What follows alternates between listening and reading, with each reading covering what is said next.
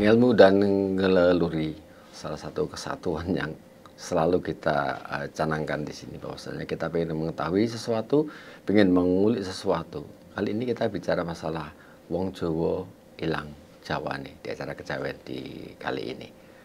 Lagi-lagi kita ketemu dengan Mas Bambang Paningron yang bakal sedikit kita ulik tentang pengetahuan dia bagaimana wong Jawa ilang Jawa niki. Meskipun ya cuma satu dua analisa yang diberikan, paling tidak bisa memberikan contoh dan gambaran kita dan membuka wacana tentang Jawa. Mas Bambang, apa yang disebut dengan wong Jawa ilang Jawa nih? Sebenarnya kita capek ya ketika kita selalu berbicara itu dan tidak ada perkembangan positif dalam kehidupan manusia Jawa ini. Ini kita itu kan sering ya ketemu dengan orang-orang yang ketika ditanya, "Kowe asalmu saka ngendi?" Saya orang Jawa. Jawa mana? Bahkan dari silsilah fisik saja nggak tahu ya, katanya itu dulu saya itu pernah begini di sana dan segala macam. Tapi saya sudah tidak lagi tahu tentang bahasa Jawa, nggak tahu. Kemudian apalagi terkait dengan adat istiadat. Nah, jangankan orang yang sudah hijrah kemana-mana ya, maksudnya sudah kemudian ke ibu kota dan segala macam. Yang masih di sini, anak-anak kita itu juga kadang-kadang kuwi sakjane turune sapa lho. Nenek moyangmu ki sapa. Itu juga nggak tahu. Nah, kemudian atau bahkan yang sudah punya kekancingan pun juga sudah melepaskan Jawa. Terus kemudian alasannya nek kandhane ya pancen aku ki turune kae. Ning ora ngerti ya sakjane piye dan segala macam. Nah, hanya sekedar alur-alur sorosilah aja kita kadang-kadang terpenggal di era tertentu. Kita paling tahu itu 2-3 di leluhur di atas kita. Ya. Nah, itu baru soal leluhur yang sebenarnya itu kan yang menanamkan akar kita kan ada di sana sebenarnya. Nah, bagaimana kita bisa bertumbuh tanpa mengenal akar yang kita miliki. Itu kan yuk kaya wong kleyang kabur kanginan ra cetha. Iya. Asal usule. Betul. Nah, semakin kita tidak tahu di mana kapan kita berasal, itu kalau saya ya kadang-kadang sulit juga untuk menentukan perjalanan ke depan. Ya, kadang-kadang nabrak-nabrak karena kita nggak punya akarnya. Nah, saya juga ketemu seorang yang sudah lama tidak di Indonesia, tiba-tiba pulang hanya karena apa? Selama hidupnya dia gelisah, dia usianya sudah sekitar 50-an tahun juga. Karena apa? Karena dia tahu dia orang Jawa, tapi tidak tahu sama sekali soal Jawa. Nah, dia tinggal di Singapura dari kecil. Karena di bawah orang tuanya dan orang tuanya tidak cukup memberikan pengetahuan tentang itu. Dan dia mencari sendiri, bukan hanya sekedar mencari soal kejawaannya, tetapi juga saudara-saudara yang masih dia bisa temui. Nah, itu jadi menarik. Saya kadang-kadang wah, ini masih ada orang yang ingin mencari akarnya. Masih mau ya. Masih mau mencari. Itu luar biasa menurut saya. Banyak orang yang sudah cuek, tidak lagi nggak mau tahu urusan dengan akar. Yang penting saiki kan banyak yang begitu. Ya. Seperti saiki. Ya. Padahal di dunia sekarang ini punya kecenderungan orang mencari akarnya. Ya. Meskipun dia sudah akulturasinya udah bisa jadi nenek moyangnya itu udah perkawinan silang dengan berbagai budaya dari bangsa lain, tetapi dia masih pengen tahu. Mungkin masih bisa dicari kalau perkawinan silang dengan budaya lain. Ya, perkawinan silang karo wit-witan sing angel digoleki ora ketemu ta. Tukule beda. Yang terjadi seperti itu mungkin ya. Jadi kita melihat itu tumusnya atau apa itu tumusnya apa itu? tumusnya itu ke perilaku manusia Iya, sekarang kan begitu kan? kemudian dia akan ragu-ragu dengan apa yang akan dilakukan. Pilihan-pilihan hidupnya ini yang kemudian membuat dia orang yang tidak punya pijakan itu kan yuk goyah ya, Iya, iya, goyah, iya. goyah. Ini ilustrasi ketika kita ngomong wong sing belum menemukan akarnya atau hilang. Tapi sebenarnya Jawa kalau kita merasa Jawa dan mungkin sedikit bisa mendapatkan silsilah Jawa dan mungkin turun Sopo misalnya gitu. Ya. Kalau itu naiknya ke keraton, apakah boleh kita mencari kekancingan juga itu Mas Bambang? Ya kalau itu ya tergantung keraton, dia bisa membuktikan atau tidak. Ya, skema kita bisa. Dicari alurnya, kemudian bukti-bukti, nggak perlu DNA lah ya. Ya, ya, ya. DNA aku nyambungnya malah beda. Jadi Malah konangan toh. malah konangan. Bulane iki anak widodari ya repot. Nah, tetapi ketika kita bicara Jawa itu kan kita tidak bicara fisik sebenarnya, tidak semata-mata bicara fisik. Orang yang punya alur sorosilah, silsilah kejawaan, tapi tidak gondeli, tidak memegang adat istiadat Jawa, ya nggak ada gunanya. Ya, ya.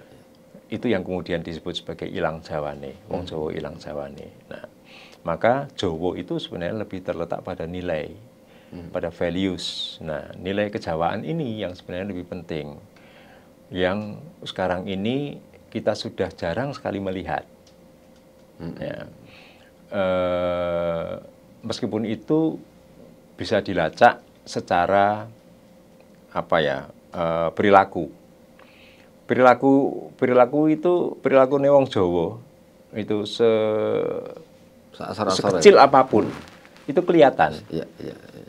Kowe kita wong Jawa ya, caramu ngene-ngene, tapi dia sendiri bahkan katanya iya, saya katanya orang Jawa.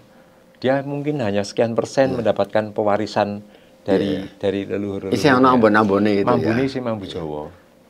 Nah, maka betapa pentingnya sebenarnya ketika kita tahu jati diri kita. Ya. Dan itu wadah mempengaruhi berarti Mas Bambang ya? Ya, wadah itu kan pasti mempengaruhi isi. Seperti halnya isi juga akan berpengaruh pada wadah. Tetapi yang paling apa penting di dalam kehidupan kita ini, ketika kita sudah tahu jati diri, itu kan enak mau melakukan sesuatu. Karena apa? Karena kemudian tumbuh keyakinan diri, kepercayaan diri. Ya. Nututi istilahnya, nututi Jawane itu juga nggak mudah. Karena zaman sudah berubah. Banyak yang sekarang terjadi, misalnya tradisi-tradisi yang masih sering dilakukan, bancaan, tumpengan dan segala macam itu kan tradisi ya. Tapi kita hanya mengambil fisiknya saja. Ya tumpeng wujudnya kaya gunungan kae, ya ngono kae lawuh, kemudian dikasih sayur, buah dan segala macam. Tapi karena kita hanya nututi fisiknya saja, ujubnya saja, maknanya nggak kena. Kita kehilangan maknanya. Iya, betul. Kita kehilangan maknanya. Yang terjadi seperti itu ya. Padahal makna yang terkandung di dalamnya itu jauh lebih penting. Nah, sekali lagi orang Jawa atau leluhur kita itu kan menanamkan banyak nilai itu melalui simbol-simbol. Betul. Sanepan lagi. Ya, hidupnya orang Jawa itu kan penuh sanepan. Penuh sanepan. Coba kita mengulik masalah tumpeng misalnya, Bambang ya. Kalau sekarang kita mungkin pernah melihat ketika ada orang selamatan dengan tumpeng yang tidak sesuai dengan ya norma-norma tumpeng itu sendiri kan mungkin juga ganjel. Ya, bagi orang yang tahu kemudian melihat sesuatu yang keliru itu memang pasti ganjel ya. Tapi ketika kita tidak punya cukup waktu untuk memberi karena agak rumit. agak rumit. Kenapa? Misalnya Bancaan Weton. Bancaan Weton itu ada jenang abang, jenang putih. Itu simbol apa? Orang mungkin membuat tapi nggak tahu. Nggak tahu, Iya, bisa jadi. betul. Kecuali itu dibuatkan memang oleh orang-orang yang paham. Dan dia masih punya kemauan untuk bertanya, ini maksudnya nopo. Kok enten jenang abang kalian jenang putih. Yang sebenarnya itu adalah simbol orang tua, pertemuan darah dan Laki-laki dan perempuan laki-laki itu dan ya. perempuan yang kemudian melahirkan kita, kan gitu. Kemudian ada juga misalnya telo di situ, ubi jalar sama telo pendem misalnya, yang bisa tumbuh dimanapun.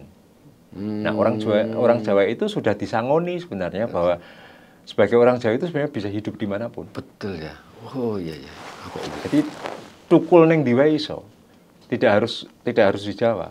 Maka banyak sekali kampung Jawa, di luar Indonesia bahkan. Iya, iya. Ya kan? Dan justru malah masih memateri Wah, budaya dia masih ya. orang Lebih Jawa kental itu malah dia. paling fleksibel. Bahkan kemudian secara negatif dianggap sebagai penjajah juga. Karena dia dimanapun dia bisa hidup Iya. dan menguasai. Ya kan? Iya.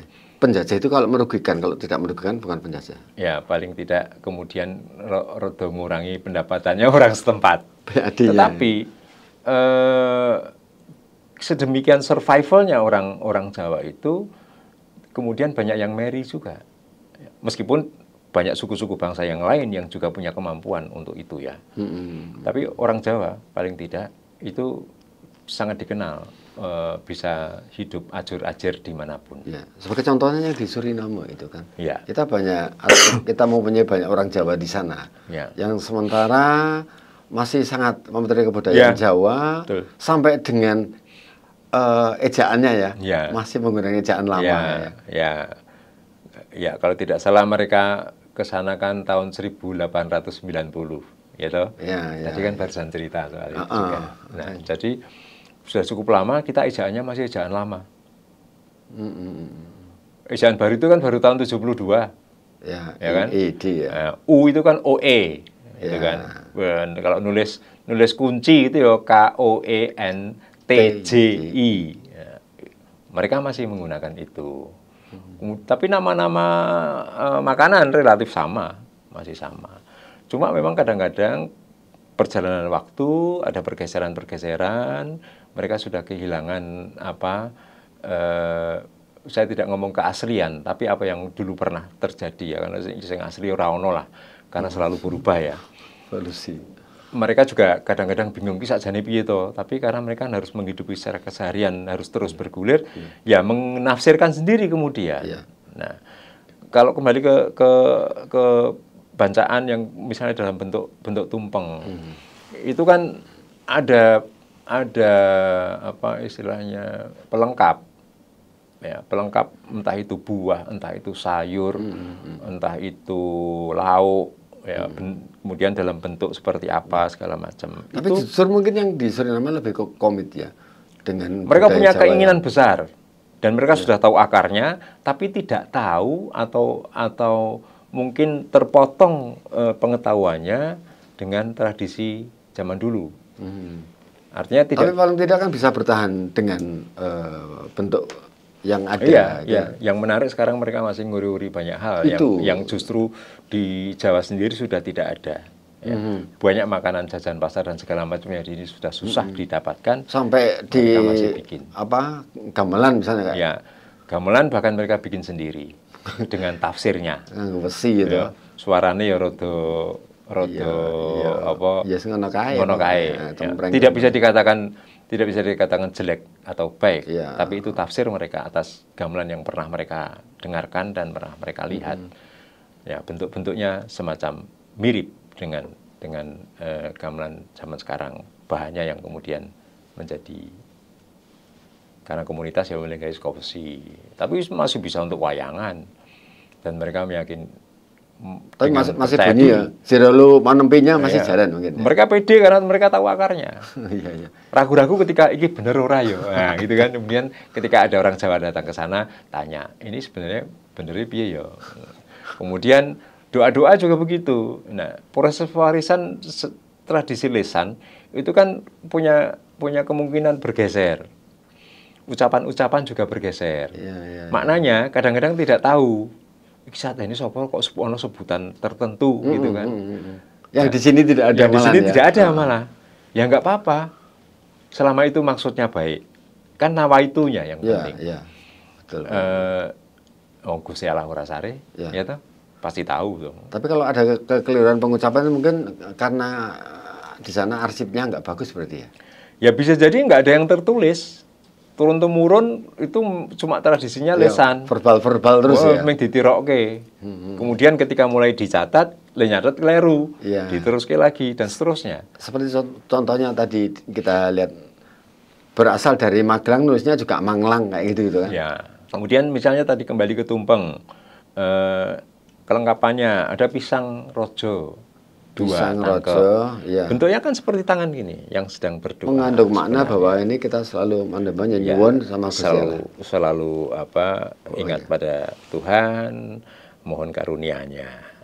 Nah, di sebelahnya nanti ada buah-buahan yang lain. Ada polo gumantungnya. Polo gumantung itu buah-buahan yang menggantung. Maknanya? Nah, semua harus tergantung pada yang membuat hidup. Bersandar lah sebenarnya pada polo Tuhan. Gumantung tergantung kepada. Ya. Ada polo kependem. Polo kependem itu yang dianggap buah yang terpendam. Ya. Jadi termasuk telo pendem misalnya. Ya, semacam itu. Yang maknanya kita jangan menjadi orang yang pendendam. Kemudian kependem itu kan di dalam tanah, bahwa semuanya berasal dari tanah akan kembali ke tanah. Supaya kita ikhlas. Ya toh? Berarti ada yang menyimpang juga itu. Kayak Jenglot itu kan berarti kan tidak kependem tuh, dia mencolot kemana-mana. Untungnya dia bukan manusia. Jadi ini kalau yang di luar itu luput cinatur, artinya tidak dibicarakan dalam konteks budaya, karena dia punya budayanya sendiri. Nah, kemudian ada lagi jumlah sayuran. Oh, pengaruh juga? Ada juga, jumlah sayurannya ada 7 misalnya. Nah, jumlah sayuran. Kalau buah-buahan tadi jumlahnya 11. Mengandung arti. Ya, mengandung arti welas asih. Itu kan misalnya pantok. 11. Kemudian jumlah 7, pitu, ya pitulungan. Dari kersane Gusti Allah nyadong berkahing Gusti, nyuwun pitulungane Gusti. Jangkep loh ya. Sudah di situ. Nah, dari keseluruhan itu tadi maknanya adalah bagaimana kita menghormati orang tua, kemudian manembah marang Gusti penuh tumpeng ini, kemudian menghormati sesama. Di ujung tumpeng biasanya ada telur yang disunduk itu dengan lombok abang. Di atasnya lombok abang, di bawahnya berambang. Itu juga mengandung makna juga ya. Nah, bahwa hidup itu kalau kita tidak cukup punya bekal, ya akan tidak seimbang.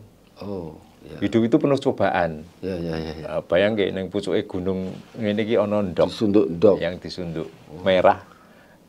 Lombok ini simbol cobaan, kemudian ini segone mamur apa ambrol gitu ya? Mamur ambiar, ora dadi tumpeng. Nah, mana-mana itu sudah tidak cukup banyak diketahui. Tapi woh-wohan ada juga di situ. Ada buah-buahan yang buah-buah segar misalnya. Iya, buah-buahan. Sekarang terus dimodifikasi. Kan ada jeruk. Rambutan. Sekarang jarang banget itu muncul. Dia mau rantai bojo tuh kayak duren. Udah keren gitu.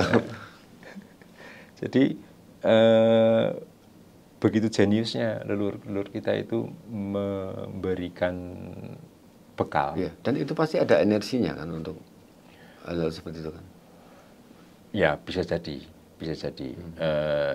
Saya kemudian jadi paham soal kenapa memakai simbol. Karena tidak cukup hanya itu diberikan secara lesan.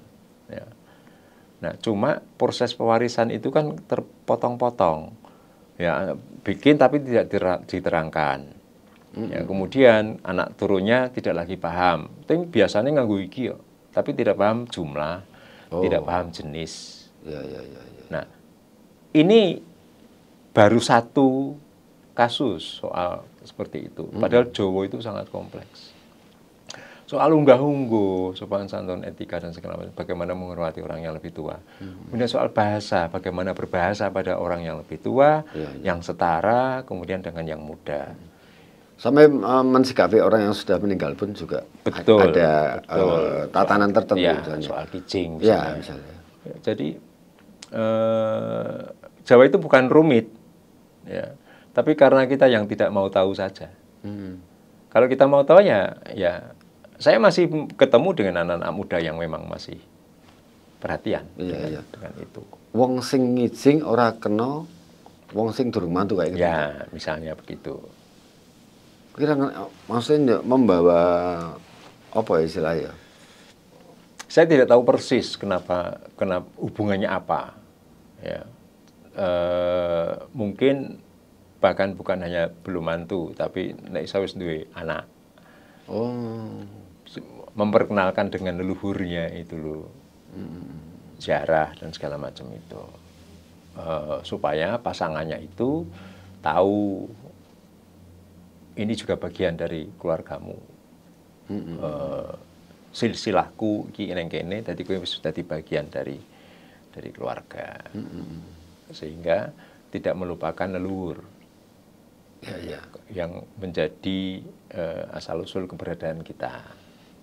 Dan yang terjadi sekarang, kita mungkin juga jarang menemui ya, budaya atau tradisi Jawa itu dibawakan atau ya dilakukan oleh orang-orang sekarang. Mungkin ini termasuk nyepeleke atau pengaruh dari inovasi, atau kita sudah tercemar dengan budaya yang lain. Ada banyak hal pasti ya. Pertama, dunia ini selalu berubah. Tantangan semakin tinggi, kebutuhan semakin banyak. Nah, kemudian hal-hal yang sifatnya kedalaman, ya, spiritual apalagi, itu kemudian mulai jarang sekali menjadi perhatian. Sing dipikir piye carane mangan sesuk, piye carane nutup utang, dan seterusnya. Hal-hal yang sifatnya duniawi itu benar-benar menjadi PR yang sangat menyita banyak waktu. Sehingga perhatian pada hal-hal seperti ini tidak lagi. Iya, betul. Kasarannya wong sekarang ini boleh dikatakan wong sing wedi ngelih kan gitu kan. Ya. Wedi ngelih terus akhirnya dia juga kamu kok nek percaya karo Gusti Allah wis diparingke namanya. Sudah diplot-plot itu sebenarnya kan. Itu. Mau wedi ngelih akhirnya ya ngrangsang kan gitu kan sebenarnya. Nugraning yang widi itu sak nggon-nggon ya. Tapi kalau kita malas nggak mau mengambil kesempatan itu ya hilang. Iya, bukan berarti terus rezeki wis diparing nang menungso wis dijatahke ning nggo meneng nang jero kamar kene yo. Ya nggak mungkin. Ora mungkin. Nggak mungkin. Jadi menungso itu kudu ubah. Nek ora ubah mati. Nek mati medeni bocah. Ora ubah ora mamah kan gitu kan. Terus kita melihat juga, saya sekarang kalau jago manten di daerah desa-desa sekarang jarang juga ketemu manten-manten yang sing wong Jawa ya. Orang ana kambon ya budaya Jawanya. Ini loh Mas Bang yang kok aneh ya saiki golek sengkorongan nang bathuk saiki ora tau ketemu. Ya meskipun masih ada, itu tergantung misalnya begini, dukun-dukun manten. Dukun-dukun manten sekarang ini kan antara yang muda mulai banyak belajar juga, sehingga tahu persis filosofinya kenapa paesnya seperti itu, lakunya seperti apa dan segala macam. Tapi ada juga yang hanya melihat ujubnya, pokoknya cara dandan cantik dandan cantik. Model Eropa we lah. Ringkes. Nah, kuwi gitu kan masalah. Ya sudah, selesai. Kudune dibengok, kowe wong Jawa iki. Dandane dandan Jawa. Harusnya kan gitu kan. Iya. Dan tatanan sebagai dukun manten kan kalau dulu orang mau maisi saya juga ya jenenge dukun manten ya poso tenan nih. Iya betul. Kalau sekarang malah calon menantu itu kan kalau dulu ada istilah nyantri. Dia harus nyantri ke maratuwane, mengambil ilmunya dan nasihat-nasihat yang diberikan kepada dari mertuanya. Ya, makanya yang disebut dengan kawin kan itu sebenarnya kan. Kawin itu mempersatukan dua perbedaan, bukan hanya pada istrinya tapi pada keluarganya dan seluruh. Paling tidak itu akan mengurangi kemungkinan terjadinya konflik-konflik di masa depan di dalam pernikahan itu. Menyatukan dua pribadi yang berbeda itu kan sesuatu yang muskil sebenarnya. Tetapi ketika ada pemahaman di antara pasangan itu, yaitu hidupnya akan jadi lebih mudah. Iya, saling ngomong kebersamaan, saling mengalah. Ngalah. Iya. Nek ra iso ngalah ya wis. Lah iya. Tapi kalau nyantri sekarang masalah mungkin Mas Bang ya. Kita misalnya mau nyantri ke tempat mertua, unjuk manggon-manggon ya grobyok tenanin saiki. Ya orang nginep. Oh, tak pikir nyantri itu nginep. Oh enggak. Nginep. Oh, tak pikir kan bahasanya kalau nyantri gitu kan. Nyantri. Oh, nyantri. Bukan Jadi santri. Oh. Oh enggak, terus nyantri yo. Aku nang omahe lawange mlebune kleru, dodok sing didodok kleru. mertuane. Masalah. Nah, tapi semua itu, tradisi itu kan sebenarnya dibikin ya. Dibikin untuk mempermudah hidup ini. Dan mungkin dulu sebagai tradisi baru yang dijalankan. Betul. Nah, sekarang ini muncul tradisi-tradisi baru. Ya. Dulu itu tradisi baru, tapi kemudian menjadi ketika diyakini dan disepakati itu menjadi adat istiadat dan jadi tradisional. Pada era tertentu bisa saja kemudian muncul tradisi baru. Selama itu disepakati, ya dia akan menjadi tradisi di masa depan dan seterusnya itu akan berubah. Karena kita tidak tahu kapan sebenarnya tradisi ini dimulai.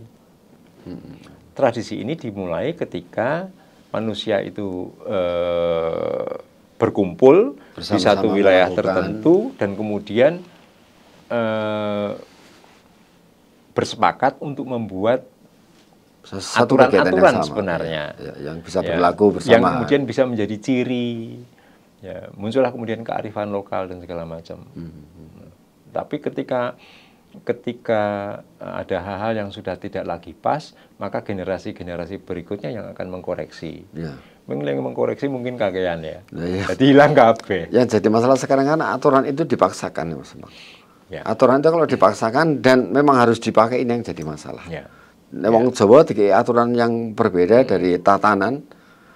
Sakjane lah ya kuwi ora tekan dan simbol-simbol itu tidak akan pernah teraplikasi dengan baik toh. Selama kesepakatan-kesepakatan yang dibikin itu memang untuk kesejahteraan, kemajuan, dan kebaikan, sebenarnya nggak masalah.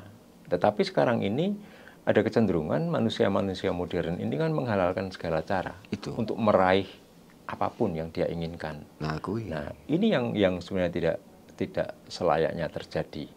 Kita tidak bisa bicara etika ketika contoh-contoh yang ada di depan mata kita tidak mengarah ke sana.